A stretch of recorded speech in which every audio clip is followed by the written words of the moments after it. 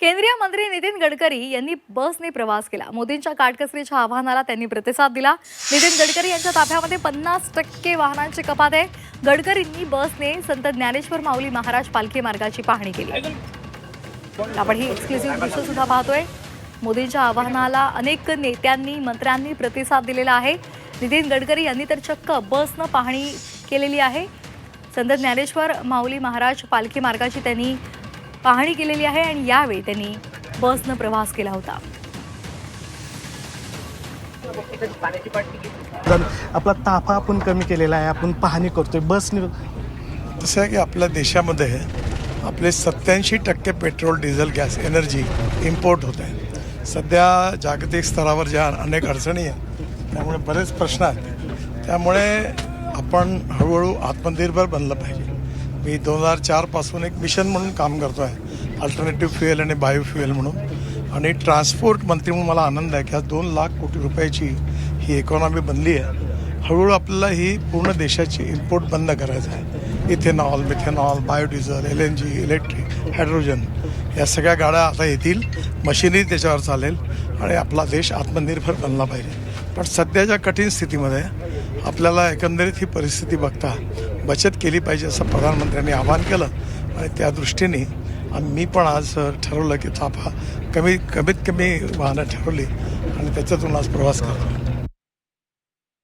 दिवे घाटामध्ये आज मी काम बघितलं, त्याच्यामध्ये जवळपास 16-17 हेक्टर फॉरेस्टची जागा लागली। ती मिळायला पुष्कळ वेळ लागला, त्रासही झाला, पण ती मिळाली आहे, त्याचं काम सुरू आहे।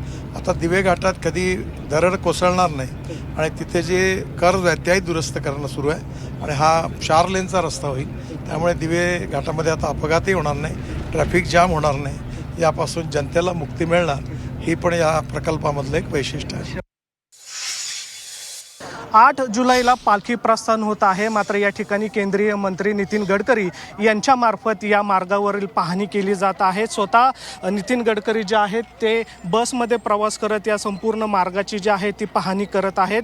234 किलोमीटरचा हा मार्ग आहे। या मार्गावर आता नॅशनल हायवेकडून काही वेगळे योजना राबवण्यात आलेल्या आहेत, काही सुविधा या ठिकाणी राबवण्यात आलेल्या आहेत।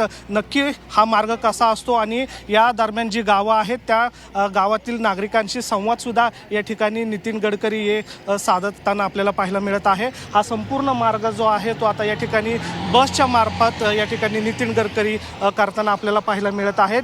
2 दिवस हा पाहणी दौरा असणार आहे आणि या दौऱ्यादरम्यान वारकऱ्यांना कुठल्याही प्रकारची गैरसोय होऊ नये याची दक्षता या ठिकाणी घेण्यात येत आहे आणि त्यासाठीच या ठिकाणी रस्ते आणि नागरिकांशी संवाद साधण्यासाठी केंद्रीय मंत्री नितीन गडकरी जे आहेत ते आज आळंदी ते पंढरपूर अशा या मार्गाची पाहणी करताना आपल्याला पाहायला मिळतात। या टप्प्यामध्ये अवघड चढण असलेले घाट आणि नद्या आणि ओव्हरब्रिज आहेत याची सुद्धा या ठिकाणी नितीन गडकरींकडून पाहणी केली जात आहे। मात्र या दौऱ्यामध्ये जर आपण बघितलं तर नरेंद्र मोदी यांच्या आव्हानानंतर त्यांचा जो ताफा आहे तो या ठिकाणी कमी करण्यात आलेला आपल्याला पाहायला मिळतोय आणि माझ्या पाठीमागे पाहताय की नितीन गडकरी जे आहेत ते या ठिकाणी रस्त्याची पाहणी जी आहे ती करताना आपल्याला पाहायला मिळते। व्हिडिओ जर्नलिस्ट नितीन सांडोरसह निलेश खरमरे, झी मीडिया, फलटण।